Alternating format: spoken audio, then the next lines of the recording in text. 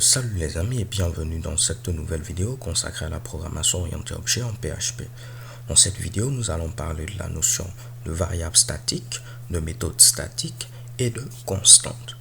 Jusqu'à présent, nous avons vu les variables d'instance, c'est-à-dire des variables qui sont propres à un objet. Je vous avais dit au début qu'un objet est également appelé une instance. Donc par exemple ici, first name, c'est un attribut, c'est une propriété, mais c'est à ce niveau-là, plus clairement, une variable d'instance, De même que last name et âge.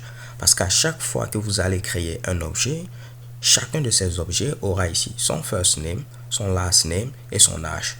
Donc une variable d'instance, c'est une variable qui est spécifique à un objet. C'est une variable qui appartient uniquement à un objet donné, Par contre, ce qu'on appelle variable statique, ou encore variable de classe, je vais essayer de répéter cela. Une variable statique, c'est aussi une variable de classe. On dit variable de classe parce que cette variable ne sera plus spécifique à un objet, mais elle sera spécifique à une classe. Donc une variable statique, c'est une variable de classe, c'est une variable qui appartient à une classe. Et vu que chacun des objets dérive de cette classe, c'est comme si cette variable-là également sera partagée par l'ensemble des objets. Je vais essayer de reformuler parce que si c'est la première fois que vous entendez parler de variable statique, cela peut porter à confusion. Une variable d'instance est une variable qui appartient à un objet. Une variable de classe est une variable qui appartient à une classe. Une variable de classe est partagée par l'ensemble des objets. Donc là, ça peut être intéressant si vous voulez par exemple créer une variable qui sera partagée par l'ensemble de vos objets. En lieu place de créer une variable d'instance qui sera spécifique à un objet donné, vous créez simplement une variable statique ou une variable de classe et cette variable-là sera partagée par l'ensemble de vos objets. Essayons de représenter cela graphiquement afin que je sois sûr que nous sommes sur la même longueur d'onde.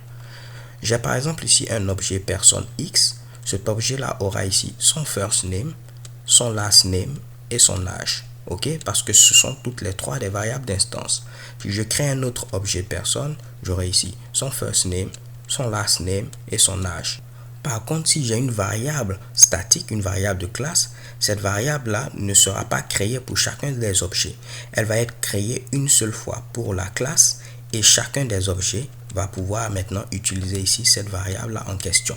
Ce qui va faire que dès que vous modifiez cette variable-là, cela aura une répercussion pour l'ensemble des objets, étant donné que c'est une variable qui est partagée par l'ensemble de vos objets. Trêve de bavardage, voyons voir maintenant ici comment créer une variable statique. C'est pareil, on met ici public, par exemple, je vais créer une variable qui va me permettre de connaître le nombre d'objets personnes qui ont été créés. Donc je vais mettre ici $total count, pour connaître le nombre total de personnes créées. Pour l'instant, c'est une variable d'instance. Si je veux avoir maintenant cette variable comme une variable statique, je n'ai qu'à rajouter ici le mot-clé statique. Donc, total count, ce sera maintenant une variable statique, une variable de notre classe personne. Juste pour les premiers tests, je vais essayer d'initialiser cette valeur-là à 5. Si je veux l'afficher, étant donné que c'est une variable publique à ce niveau, je peux y accéder en dehors de ma classe. Je vais mettre echo, je vais écrire personne comme ceci, ne vous inquiétez pas, je vais vous l'expliquer. Je vais mettre total count. Pour l'instant, on va juste vérifier que cela fonctionne. Je vais concaténer cela à PHP and offline. Normalement, si tout fonctionne, on doit avoir 5 apparaître au niveau de la console. Et chez Kebam, vous voyez ici 5 apparaître à ce niveau-là. Donc, pour pouvoir y accéder, étant donné que total count est une variable de classe, je mets d'abord le nom de ma classe. Vous avez vu, je n'ai pas mis ici le nom d'un objet, Je n'ai pas mis Honoré ni Toto. Vu que c'est une variable de classe, j'ai mis ici le nom de ma classe et j'ai utilisé ici 2 fois le 2 points, Lorsque vous mettez 2 fois le 2 points, c'est ce qu'on appelle le Scope Resolution Operator ou l'opérateur de résolution de portée, Donc, on met ici le nom de notre classe, on met ensuite ici ce fameux 2 fois 2 points là. Et ensuite, vous mettez ici votre attribut statique. Quelque chose de très important, j'ai mis ici le dollar, Ici, il faut mettre le dollar. C'est pas comme ça qu'il faut l'écrire, cela ne va pas fonctionner. Il vous faut mettre ici le dollar à ce niveau-là. Le fameux opérateur de résolution de portée, il a un autre nom. Je l'oublie à chaque fois, mais je vais essayer de le mettre pour vous. Voilà, on l'appelle également Pamayim Nekudotayim. Ok, c'est un nom également pour l'opérateur de résolution de portée. Ce que j'ai utilisé à ce niveau-là, c'est l'option "-r". Ça vous permet de pouvoir exécuter un code en ligne. Par exemple, si je voulais afficher simplement Hello World, en lieu de place de créer un fichier et tout, je peux dire OK PHP, essaie de m'interpréter ce code-là qui va me permettre d'afficher Hello World. Et là, ça va afficher tout simplement Hello World, comme vous pouvez le voir à ce niveau-là. Ok. Donc, trêve de bavardage. Si on revient à ce niveau-là, on a mis le nom de notre classe, l'opérateur de résolution de portée et le nom de notre attribut. Par défaut, on va mettre ici 0 pour dire qu'aucune personne n'a été créée. Et à chaque fois qu'on va créer une personne, on va tout simplement incrémenter cette valeur-là. Donc, où est-ce qu'on va incrémenter cette valeur? Ce sera tout simplement au niveau du constructeur. Parce qu'à chaque fois qu'un objet sera créé, le constructeur sera appelé. Donc, tout ce qu'on aura à faire, c'est quoi? Je ne peux pas venir mettre ici $10 comme ceci, total count, puisque total count, ce n'est plus à ce niveau-là une variable d'instance. Donc, je ne peux pas mettre 10 parce que 10 fait référence à l'objet courant. Donc, comme vous pouvez le voir, refers to the current object. Ok. Nous, à ce niveau-là, on sait que c'est une variable statique. Donc, on va mettre ici statique comme cela. Dans ce cas-là, vous pouvez voir en griffe comme si c'était personne, deux points, comme ça, total count. C'est pas totalement vrai, mais vous pouvez le voir comme cela pour l'instant. Lorsqu'on va parler ici de self et de statique dans ce contexte-là, je vais vous réexpliquer ce Mitsubishi là. Mais on ne met pas 10, on met tout simplement ici statique. Et n'oubliez pas de mettre le $ à ce niveau-là. Je pourrais terminer en mettant plus pour dire qu'on va incrémenter cette valeur-là. Donc, à chaque fois qu'un nouvel objet sera créé, on va incrémenter total count. Ici, j'ai créé un objet, donc total count va valoir 1. Ensuite, j'ai créé un autre objet, total count va valoir 2 et ainsi de suite. Donc là, en lieu de mettre plus, si vous préférez, vous pouvez mettre ici plus égal à 1. Ou bien si vous le souhaitez, vous pouvez même écrire cela encore plus de manière beaucoup plus explicite en faisant comme ceci. De toutes les manières, cela va fonctionner. Donc, on va essayer de tester ceci. Normalement, à ce niveau-là, on va avoir ici 2, vu qu'on a créé 2 objets. Je viens au niveau de la console, je vais réexécuter mon fichier et vous voyez 2. Si je supprime cette ligne à ce niveau-là, on verra ici 1, vu qu'on a créé un seul objet. Si je crée ici 2 autres objets, je vais juste copier-coller ce Mitsubishi, ce n'est pas vraiment un problème. On aura ici 4, vu qu'on a créé ici 4 objets. Donc, une variable statique ou variable de classe, c'est une variable qui est partagée par l'ensemble de vos objets. Ce que vous pouvez également remarquer, c'est que pour pouvoir utiliser une variable statique, on n'est pas obligé ici de créer un objet. Ici, on a créé des objets parce que dans notre cas, on devait le faire pour pouvoir maintenant incrémenter cette valeur-là. Mais si je n'avais pas ce Mitsubishi-là, cela aurait fonctionné. J'aurai comme valeur ici 0 parce que pour l'instant, je n'ai créé aucun objet. Donc, une variable de classe, c'est également une variable à laquelle on peut accéder sans pour autant ici créer d'objet. Ce sera pareil pour une méthode statique. Une méthode statique, ce sera une méthode de classe. Ce sera une méthode que vous pourrez ici utiliser sans pour autant créer d'objet de cette classe-là. On va prendre un autre exemple afin que cela devienne plus explicite. Mais avant de terminer, pourquoi pas, je vais mettre ici cet attribut en mode private, ce qui va faire que on ne pourra plus y accéder à ce niveau-là. Et on va créer un semblant de getter pour pouvoir y accéder. Donc, je vais mettre ici public static get total count. OK. Et tout ce qu'on va faire à ce niveau-là, c'est retourner cette valeur en mettant ici $total count. Là, j'ai oublié de mettre ici function. Désolé. Donc, normalement, on pourra maintenant appeler cette méthode-là pour pouvoir accéder à la valeur courante de notre attribut de classe total count. Et je vais remplacer ici ceci par cela. Oups. Ce sera ce Mitsubishi-là. Donc, comme vous pouvez le voir, c'est pareil. Lorsque je veux maintenant appeler une méthode de classe, tout ce que j'ai à faire à ce niveau-là, c'est mettre le nom de ma classe, l'opérateur de résolution de portée, le nom de cette classe et je l'appelle sans problème. Si je viens à ce niveau, je tente de réexécuter ce code. Chez Keban, vous voyez ici 2 parce que on a créé 2 objets. Je vous disais que j'allais vous donner un exemple un peu plus concret. Ce qu'on va faire, c'est créer par exemple une classe qu'on appelle str qui va nous permettre de gérer ici des chaînes de caractères. Donc à ce niveau-là, je vais mettre ici classe str et on va créer un ensemble de méthodes. On va créer par exemple une méthode qui va permettre à ce niveau-là de pouvoir mettre une chaîne de caractères en majuscule. Donc je vais mettre ici public function et je vais l'appeler upper pour majuscule. Et tout ce qu'on va faire, c'est quoi? On va prendre ici la valeur qui sera passée et on va la mettre en majuscule. Donc, je vais accepter une valeur ici qui va représenter ma chaîne de caractères et je vais faire MB string to upper de $string. Ok, je n'aurai qu'à copier cela, coller pour lower. Donc, ce sera ici lower et là également lower. Pourquoi pas une dernière méthode qui va me permettre à ce niveau-là de connaître la taille de ma chaîne de caractères. Je mets ici $string et je vais faire un return de MB str length, ok, de $string. Donc là maintenant, si je veux utiliser cette classe, je n'aurai qu'à créer une nouvelle instance. Je vais l'appeler ici par exemple str et je vais faire new str. Et je vais maintenant appeler la méthode upper en faisant $str upper. Et je dois donner ici la chaîne de caractères que je souhaite convertir en majuscule. Là, ce sera par exemple ici Toto est cool. On va faire un petit écho et on va concaténer cela à PHP end of line. Donc vraiment rien de bien compliqué à ce niveau-là. C'est ce qu'on avait vu précédemment. Si je viens ici, je dois avoir Toto est cool en majuscule. Je fais ici str.php et chez Kebam, vous voyez Toto est cool en majuscule. Mais le truc est que si vous remarquez bien à ce niveau-là, on n'a aucun intérêt ici à créer un objet à ce niveau-là de la classe str. Il serait beaucoup plus intéressant d'avoir ici une méthode statique parce que ce qu'on fait ici n'a rien de dynamique, c'est vraiment quelque chose de statique. On prend une valeur, on applique une fonction, on prend une valeur, on applique une fonction. Vous pouvez même remarquer qu'on n'a même pas eu à ce niveau-là d'attributs, d'instances, ainsi de suite. Donc, il peut être intéressant de mettre toutes ces méthodes en tant que méthode statique, comme ceci.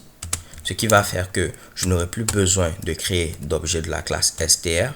Et je pourrais directement mettre str upper pour mettre quelque chose en majuscule, ou bien lower pour mettre en minuscule, ou bien len comme ceci pour connaître la taille de ma chaîne de caractères.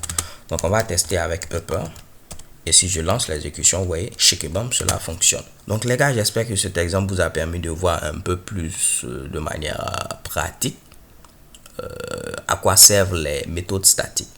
Dans l'univers de la programmation, toutefois, c'est pas quelque chose qui est recommandé de créer des méthodes statiques. Parce que lorsqu'on pense après à l'écriture des tests, ok, cela peut paraître un peu compliqué lorsque vous avez ici des méthodes statiques par-ci par-là. Mais c'est quand même une notion importante parce que plus tard, je compte vous montrer comment utiliser certains frameworks. En l'occurrence ici, Laravel. Laravel ici a un système de façade où vous utilisez les méthodes statiques. Ce ne sont pas réellement des méthodes statiques puisque derrière, ils créent des objets, mais vous allez voir ici, par exemple, ce symbole-là. Ce serait au moins intéressant, vu qu'on est au niveau d'une série programmation orientée objet en PHP, de parler de la notion de méthode statique, de variable statique, afin que plus tard, si vous les voyez, vous ne soyez pas perdu. On va revenir à notre classe personne. Et ici, avant de terminer, je vais vous montrer quelque chose de très important à connaître. Ok. Ici, jusqu'à présent, lorsqu'on voulait accéder que ce soit à un attribut statique ou à une méthode statique, on mettait le nom de notre classe, et on met ici le nom de notre méthode. Ce que vous devez savoir, c'est quoi? Vous voyez par exemple ici cette méthode getTotalCount. J'aurais pu accéder à cette méthode en utilisant l'un de mes objets. En mettant par exemple ici $honoré, je mettais ici ma flèche. Vous allez voir, cela va m'afficher ici 2. Je vais faire php personne.php et chez Kebam, vous voyez, cela m'affiche 2. Donc, je peux accéder à cette méthode-là en utilisant un objet, mais ce n'est pas quelque chose de recommandé. Parce que si dans votre code, vous utilisez un objet pour accéder à cette méthode-là, quelqu'un qui lit ce code va se dire que cette méthode est une méthode d'instance, ok? Ce n'est pas une méthode statique. Donc, pour être explicite, pour dire qu'il s'agit bel et bien d'une méthode statique, c'est beaucoup plus intéressant d'utiliser votre classe avec l'opérateur de résolution de portée. S'il s'agissait d'un attribut, par contre, cela n'allait pas fonctionner. Je ne pouvais pas accéder à un attribut statique via un objet. Ici, par exemple, supposons que cet attribut était public. Je n'aurais pas pu accéder à cet attribut-là directement via un objet. Si je mets ici total count, oups, vous allez voir, cela ne va pas m'afficher 2.